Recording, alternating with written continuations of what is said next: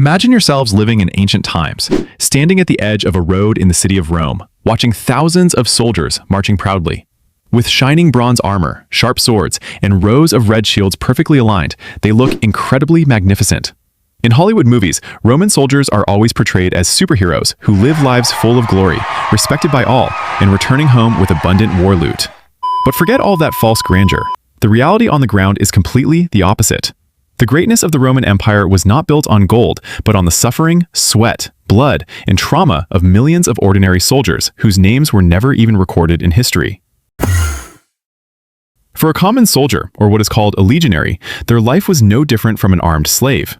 They had to survive brutal training, iron discipline that could take their lives at any moment, boring food, and deadly diseases lurking inside the barracks.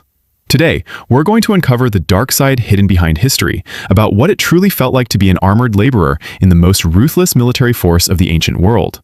The first question is, if life as a soldier was so miserable, why would anyone still choose to join? The answer is simple: poverty and desperation.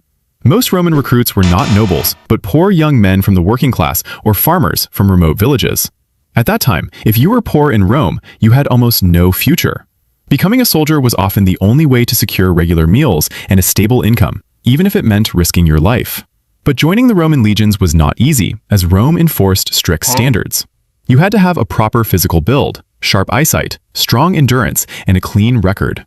Once you passed, you were required to swear the sacramentum, a sacred oath before the gods and the emperor. This was not just a simple pledge of loyalty, but essentially a death contract where you willingly gave up your personal rights to your military commander. Once the oath was taken, your body legally became the property of the state. As a mark of that ownership, your skin could be branded with hot iron or marked with a tattoo known as the stigma. The purpose was harsh. If you ever tried to desert, everyone across the empire would immediately recognize you as a military fugitive, punishable by death. The required service time was also extreme. Rome demanded full commitment for 20 to 25 years.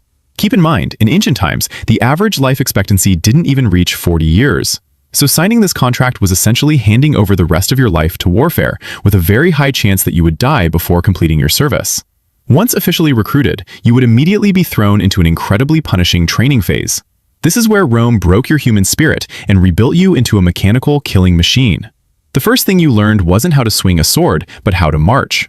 Every soldier was required to march up to 30 kilometers in under 5 hours, maintaining a steady and synchronized pace. The problem was, they didn't march lightly. Each soldier had to carry around 30 to 40 kilograms of equipment on their back. This included heavy armor, a large shield, 2 spears, 2 weeks' worth of grain rations, cooking tools, a shovel, and wooden stakes for building fortifications. Because of this immense burden, Roman soldiers earned the nickname Marius's mules. They were literally treated like pack animals, forced to march through mountains, mud, and snow without a single complaint. If your physical strength wasn't enough and you slowed down the formation, you had to face the centurions. These field commanders were notoriously harsh and always carried a thick wooden staff called a vitis.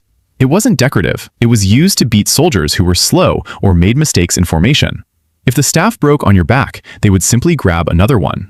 And being beaten until you bled was still considered lenient. For more serious offenses, like falling asleep during guard duty or attempting to flee from battle, you would face one of the most terrifying punishments known as fustuarium. In this system, you would be tied in the center of the camp, and your own fellow soldiers would be forced to beat and stone you to death. This method ensured that every soldier kept a close eye on one another, because one person's mistake could cost everyone their lives. In the Roman military, your fear of your commanders had to be greater than your fear of the enemy. So, what did these soldiers do when they weren't fighting?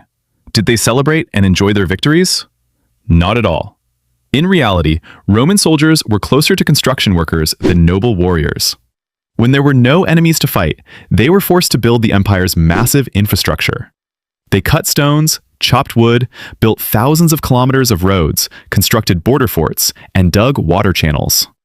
Rome understood that idle soldiers were dangerous and prone to rebellion, so their bodies were kept constantly occupied and exhausted every single day. Life inside the barracks was far from comfortable. Their meals were repetitive and far from luxurious.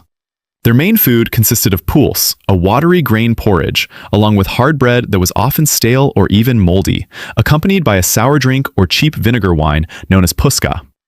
Fresh meat was a rare luxury. On top of that, sanitation conditions in military camps were a complete nightmare. Soldiers lived in cramped leather tents shared by 8 people. For sanitation, they used communal toilets with no privacy. Even worse, they cleaned themselves using a sponge attached to a stick, which was shared among hundreds of soldiers. Because of these unsanitary conditions, diseases like dysentery and cholera spread rapidly. In Roman military history, disease inside the camps killed far more soldiers than enemy weapons ever did. But if they managed to survive disease and training, they eventually had to face the true horror: the battlefield. Roman combat was nothing like the dramatic duels seen in movies. It was mechanical, cold, and brutally close. Soldiers advanced in tight formations, protected by large shields, and stabbed enemies in the abdomen or groin using the gladius, a short sword designed specifically for close combat. In the front line, you would see the enemy's eyes, hear their breathing, feel warm blood splashing onto your face, and smell the contents of their bodies spilling out.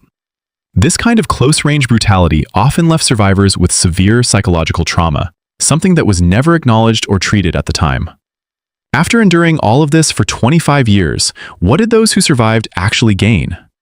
The truth is, most of them never made it to retirement. They died in battle or from disease long before that.